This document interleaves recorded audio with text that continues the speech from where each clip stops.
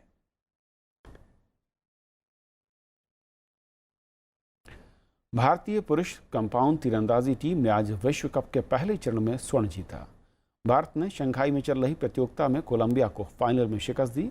भारतीय टीम में अभिषेक वर्मा, चिन्नाराजू श्रीधर और अमनजीत सिंह शामिल थे। टीम ने कोलंबिया को 226-221 से मात दी। भारत ने पहला सेट 58-57 से जीता। इसके बाद टीम ने अपनी बढ़त बरकरार रखी। हालांकि कोलंबिया तीसरा सेट 52-52 से टाई कराने में कामयाब रहा।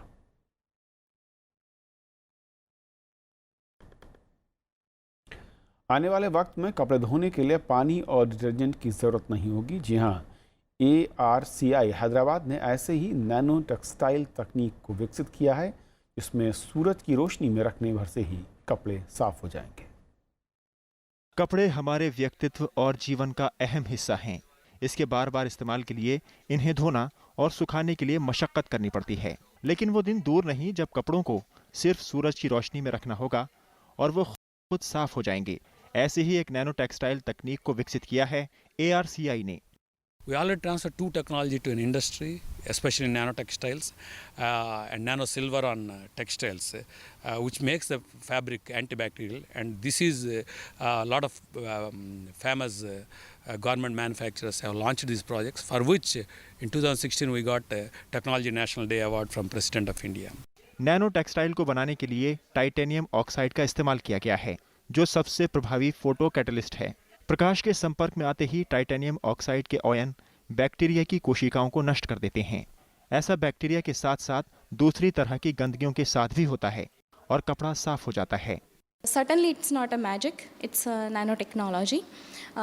This material, titanium dioxide, is a semiconductor material which absorbs sunlight, some UV rays in the sunlight, and with the help of little moisture in air, which always we have certain humidity in air, with the help of that, by oxidation and reduction process, it will clear, clean, decompose all the organic dirt which is absorbed on the surface. The surface can be anything, it can be fabric, it can be a glass, it can be a wall. वैज्ञानिकों ने इस तकनीक में nano silver का भी इस्तेमाल किया है। उनका ये मानना है कि कपड़ों की नैनो कोटिंग करने से ये कटते नहीं, गीले नहीं होते, साथ ही जीवाणु प्रतिरोधी भी हो जाते हैं। परीक्षणों में इस तकनीक को पूरी तरह सुरक्षित पाया गया है। इस तकनीक से पानी की बचत और वॉशिंग पाउडर जैसे केमिकल से बचाया जा सकता है। Bureau report, Rajya Sabha TV. तो अभी इस बुलेटिन में इतना ही। नमस्कार।